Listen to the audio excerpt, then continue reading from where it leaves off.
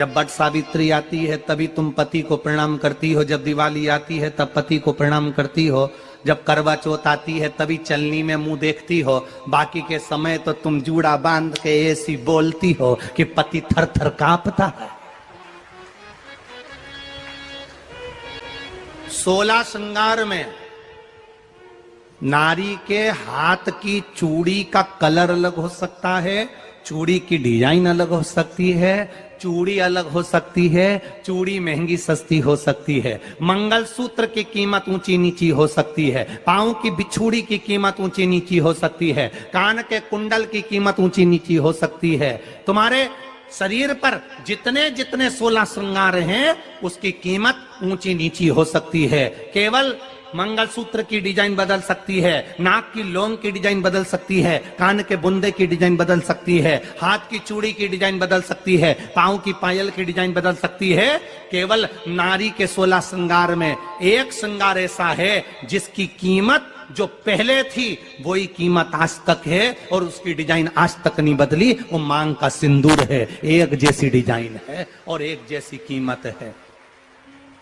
सारे श्रृंगार की कीमत अलग, पर मांग में जो सिंदूर डाला जाता है वो एक कीमत का होता है, एक डिजाइन का होता है और एक जैसा होता है और वो सबसे भारी होता है। सावित्री यमराज से कह रही है मेरे पति को छोड़ दो। यमराज कह रहा है सावित्री तेरा पति मर चुका है, मांग के सिंदूर को पोंछ दे। सावित्री कहती है पूरा श्रृंगार उतार दूंगी पर मांग का सिंदूर नहीं पूछने दूंगी। तब यमराज ने कहा जब तक तू मेरे मांग का अपनी मांग का सिंदूर नहीं उतारती तब तक तू मेरे पास नहीं आ सकती। भगवान यमराज से सावित्री ने कह दिया मैं भी तुझे वचन देती हूं यमराज, मेरी मांग में जब तक सिंदूर है, जैसे सीता ने लाइन लक्ष्मण जी ने लाइन खींच दी थी और सीता पार नहीं जा सकती थी, मैं भी तुझे वचन देती हूं जब तक नारी की मांग में सिंदूर है तब तक तू उसके पति को उसके सामने लेकर नहीं जा सकता। यह भी मैं तुझे कह देती हूं। यमराज भैंसे पर सवार होकर सत्यवान को लेकर जा रहा था, सावित्री से वचन पर वचन चल रहे थे। पेड़ के पेड़ के नीचे छोड़कर आए। क्या चाहिए तुझको, क्या चाहिए तुझको, क्या दूं मैं तुझको, कुछ मांग ले मुझसे।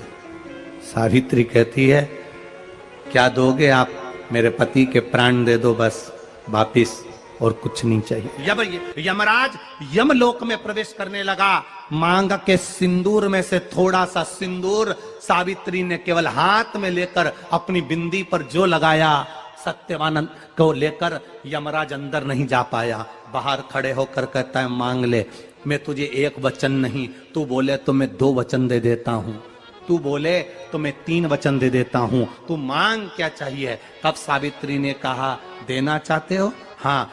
अब यमराज को लगा कि लालच में पड़ गई सावित्री, तब कहा पहला वचन दीजिए, मेरे अंधे सास ससुर के नेत्र वापिस आ जाएं। यमराज ने कहा तथास्तु। दूसरा वचन दीजिए, मेरे सास ससुर अपने पोता पोती का मुख देखें। यमराज ने कह दिया तथास्तु।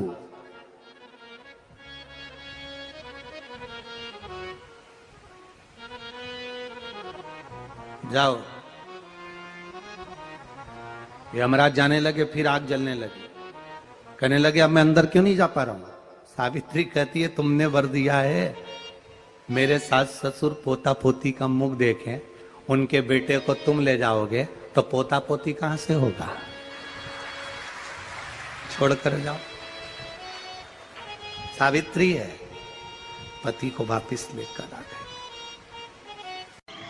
कर्जा मुक्ति के लिए सारे वृक्षों में अगर कोई श्रेष्ठ वृक्ष माना गया है तो वो बट का वृक्ष माना गया महाराज। इसलिए प्रशासनिक कार्य के लिए, मानसिक टेंशन में, परेशानियों में बटकेश्वर महादेव का स्मरण किया जाए।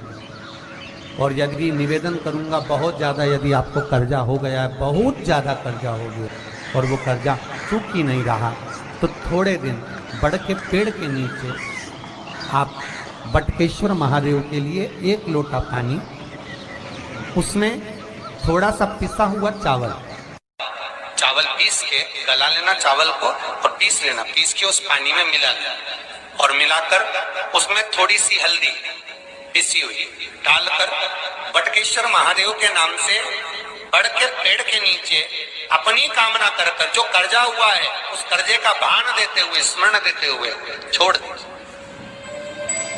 महाराज 2 या 3 सोमवार एक ही जगह पर करना, 3 सोमवार बाद वहीं से बढ़ के पेड़ की थोड़ी सी जड़ उठा लाना और उस जड़ को एक कोई धागे में बांधकर या तो अपनी गले में डाल लो या अपनी जेब में पटक लो, उसको थोड़े दिन पटक कर रखना, लगभग 2 से 3 महीना पटक कर रखो।